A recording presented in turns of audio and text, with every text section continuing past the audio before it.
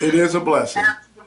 I want to get right to it. Jed Weeks, why is this man in front of your house taking pictures? Well, let me say this, Mm-hmm.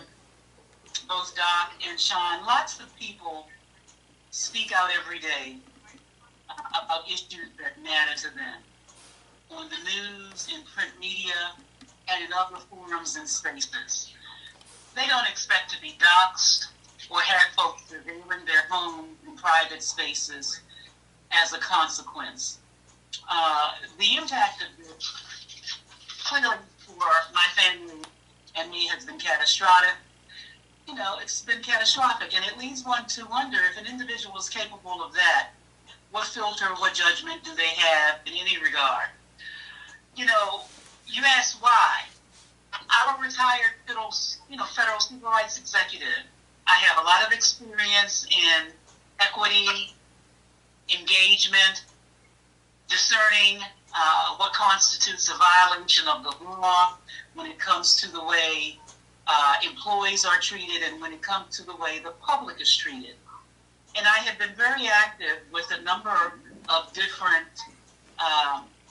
community leaders throughout Baltimore Mm-hmm. to address issues with respect to the rollout of complete streets and the infrastructure changes that have been made without community engagement. There's no secret about that. I stood with others at City Hall. I've been to meetings. I've been on the TV. Many others have been on the TV. Many others have been down City Hall to ask why I'm being singled out in the midst of a universe of people who have expressed concerns about this. Troubles me.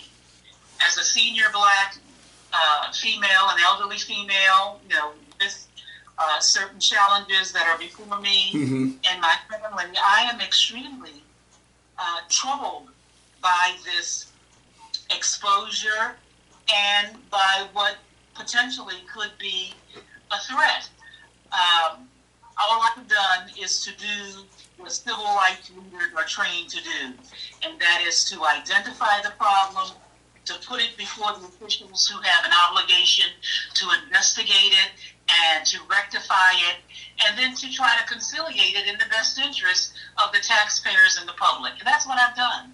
I've spoken out about the historical exclusion of neighborhoods, of ethnic groups from the table in this whole infrastructure change dealing with complete streets and its predecessor, the Bicycle Master Plan and the Bicycle Advisory Committee.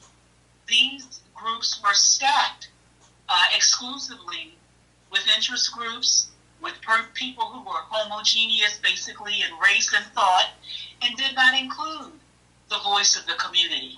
Decisions were made and foundation was established. And when it comes before the community, it's like Sisyphus pushing the ball up the hill. Communities now have to fight to try to get back to basics when they weren't on the ground floor with everybody else expressing their opinion and their opinion. As a former employee with the city of Baltimore, I conveyed this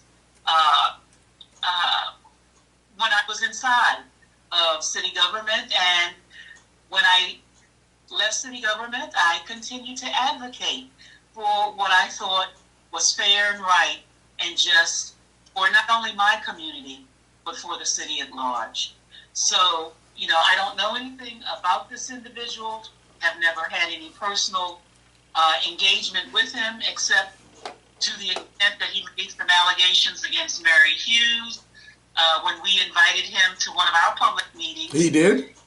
Accused her of things that were untrue, and because I was there with Mary when she was planning this, I couldn't specifically speak to the misstatements and the untruths associated with accusing Mary of not providing him essential information to make a determination as to whether or not he wanted to speak in the meeting. So you asked me, why, I don't know, but I can tell you that the exploitation and the exposure here is obvious. And I'm extremely unsettled, and that's just where I am with this.